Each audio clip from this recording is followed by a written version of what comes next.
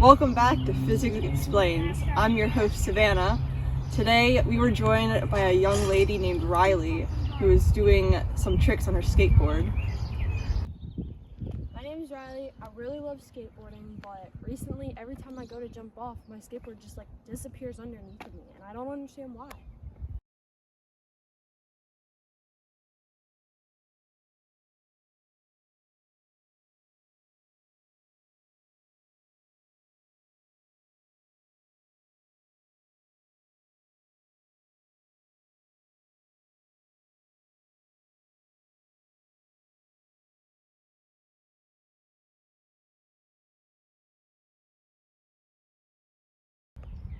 We talked to Riley after this incident, and this is what she had to say.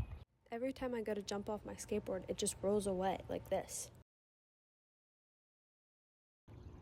To simply put it, Riley, this is due to physics, specifically momentum, which is the equation P equals m times v, or momentum equals mass times velocity.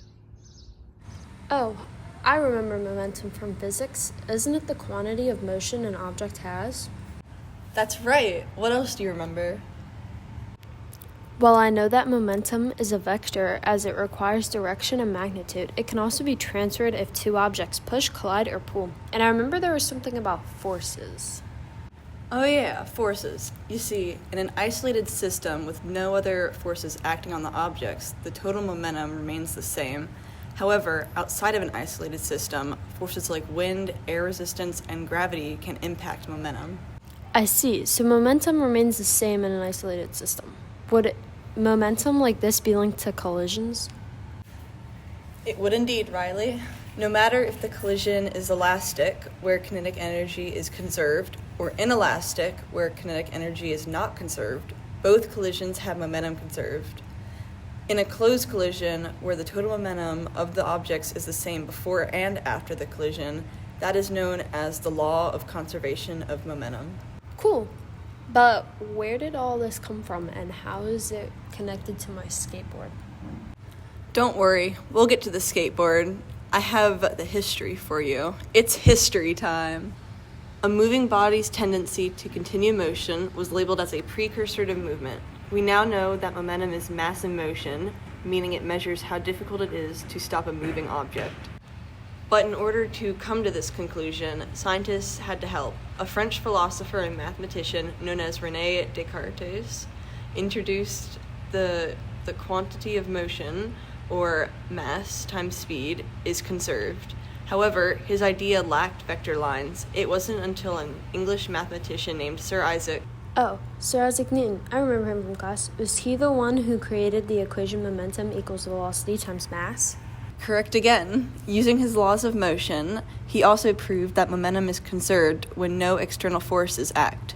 And in the 1800s, scientists introduced the angular momentum for spinning and rotating objects. Nowadays, momentum is considered a space uniform, meaning linear momentum is conserved and does not change in space. Wow, that's really cool how it stays the same in space, too. Yep. Now, I know I've said things like mass, velocity, and vector a lot. Do you know what these mean? I do. Mass is the measurement of the amount of matter an object has, usually measured in kilograms. Velocity is the speed an object has in a specific direction, usually in meters per second. And a vector is a quantity that has both magnitude and direction. Exactly. And now, with your skateboard. Can I guess? Go for it.